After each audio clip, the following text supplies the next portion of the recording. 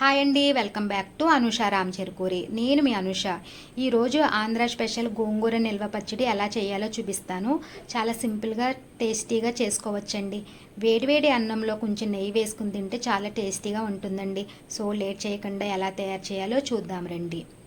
నేను ఇక్కడ తెల్ల గోంగూర 2 కట్టలు తీసుకున్నానండి. నీట్గా వాష్ చేసుకుని ఒక పొడి క్లాత్ మీద ఆరబెట్టుకోవాలి. తర్వాత స్టవ్ ఆన్ చేసి ప్యాన్ పెట్టుకుని హీట్ అయిన తర్వాత 2 టేబుల్ స్పూన్ల మెంతులు వేసుకుని డ్రై రోస్ట్ చేసుకుని ఇలా ఫ్రై అయిన తర్వాత ఒక ప్లేట్లో తీసుకోవాలి. మళ్ళీ అదే ప్యాన్లో 2 టేబుల్ స్పూన్ల జీలకర్ర, 2 టేబుల్ స్పూన్ల ధనియాలు వేసుకుని డ్రై రోస్ట్ చేసుకోవాలి. ఇవి కూడా ఫ్రై అయిన తర్వాత ప్లేట్లో తీసుకుని చల్లారనివ్వాలి. ఇలా చల్లారిన తర్వాత మిక్సీ జార్లో వేసుకుని పౌడర్ చేసుకోవాలి. తర్వాత అందులో 2 టేబుల్ స్పూన్ల ఆవాలు కూడా వేసుకుని మిక్సీ పట్టుకోవాలండి.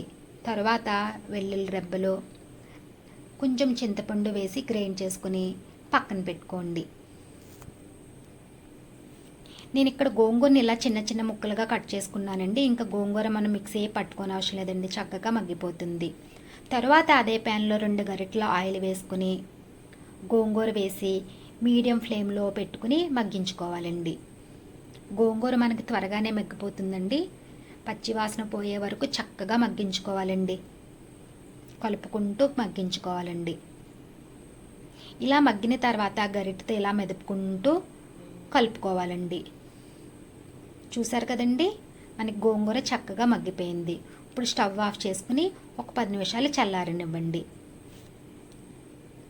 ఇలా చల్లారిన తర్వాత ఒక ప్లేట్లో వేసుకుని 1 కప్పు కారం వేసుకోవాలి. ఇక్కడ మీకు కారం చూసుకుని వేసుకోండి. అలాగే రుచికి సరిపడా ఉప్పు, మనం గ్రైండ్ చేసిన మసాలా పేస్ట్ కూడా వేసుకుని బాగా కలుపుకోవాలి.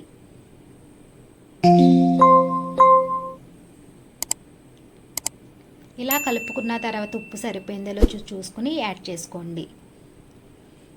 తర్వాత తాలింపు వేసుకుందామండి.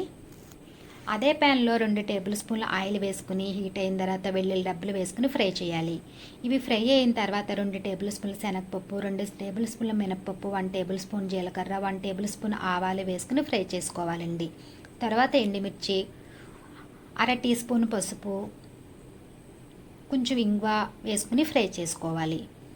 ఇలా ఫ్రై అయిన తర్వాత 3 రెమ్మల కరివేపాకు వేసి దోరగా ఫ్రై చేసుకోవాలండి.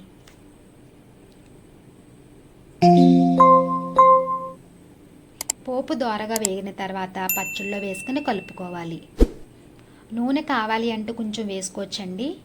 ఈ పచ్చడిలో ఉల్లిపాయలు వేయలేదు కాబట్టి స్టోర్ చేసుకోవచ్చండి. చూసారు కదండి, ఆంధ్ర స్పెషల్ గోంగూర నిల్వ పచ్చడి రెడీ అండి. చాలా చాలా బాగుంటుంది. వేడివేడి అన్నంలో కొంచెం నెయ్యి వేసుకుని తింటే చాలా టేస్టీగా ఉంటుందండి. ఇది ఒక గాజు సీసాలో వేసుకుని ఫ్రిడ్జ్లో స్టోర్ చేసుకోవచ్చండి. మీరు కూడా ఒకసారి తప్పకుండా ట్రై చేయండి.